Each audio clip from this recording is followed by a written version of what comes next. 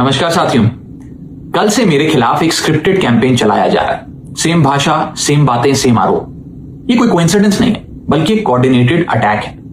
पहले मैंने सोचा कि मुझे इसका जवाब नहीं देना चाहिए, फिर लगा कि कहीं एक झूठ को 100 बार बोला जाए तो कुछ लोग मान ना लें, इसलिए मैंने सोचा कि जवाब दूं। आम आदमी पार्टी ने 3 आरोप लगाते हुए यह कहा कि इन 3 आरोपों की वजह से हम राघव चड्ढा को पार्लियामेंट में बोलने का मौका नहीं देंगे। राघव चड्ढा के पार्लियामेंट में बोलने पर रोक इसलिए लगाई गई क्योंकि उन्होंने ये 3 गलतियां करी।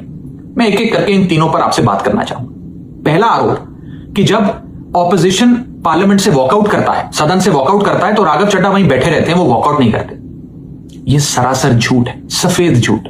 मैं चुनौती देता हूं, एक इंस्टेंस, एक दिन ऐसा बताइए जब ऑपोजिशन ने वॉकआउट किया हो और मैंने उनका साथ ना दिया हो, मैं साथ में वॉकआउट नहीं किया हो। और पार्लियामेंट में तो हर जगह सीसीटीवी कैमरा है, आप सीसीटीवी कैमरा निकाल कर दिखा दीजिए, दूध का दूध और पानी का पानी हो जाएगा। दूसरा आरोप लगाया कि राघव चड्ढा ने चीफ इलेक्शन कमिश्नर के इंपीचमेंट मोशन पर, यानी कि मुख्य चुनाव आयुक्त को हटाने वाली जो याचिका थी, उस पर साइन करने से मना कर दी। दूसरा सफेद झूठ। ना मुझे आम आदमी पार्टी के किसी भी नेता ने इस मोशन पर साइन करने के लिए कहा, ना औपचारिक तौर पर कहा, ना अनौपचारिक तौर पर कहा। और आम आदमी पार्टी के राज्यसभा में कुल 10 सांसद हैं, जिनमें से 6 या 7 सांसदों ने इस मोशन पर खुद ही साइन नहीं किया। तो भला इसमें मेरी क्या गलती? खाली सारा दोष मुझ पर ही क्यों बढ़ा जा रहा है? और इस मोशन के लिए राज्यसभा में कुल 50 सिग्नेचर चाहिए होते हैं, यानी कि 105 विपक्षी सांसदों में से मात्र 50 सिग्नेचर से ये याचिका पूरी हो जाती। तो इतना शोर क्यों? और तीसरा आरोप जो मुझ पर लगाया गया वो ये था कि राघव चड्ढा डर गए हैं और इसलिए वो बेकार मुद्दे उठाते हैं। पहली बात मैं बता दूं कि मैं पार्लियामेंट में शोर मचाने, चीखने, चिल्लाने, माइक तोड़ने या गाली देने नहीं गया। मैं वहां पर जनता के मुद्दे उठाने गया हूं, लोगों की बात करने गया हूं। और मैंने कौन सा मुद्दा नहीं उठाया?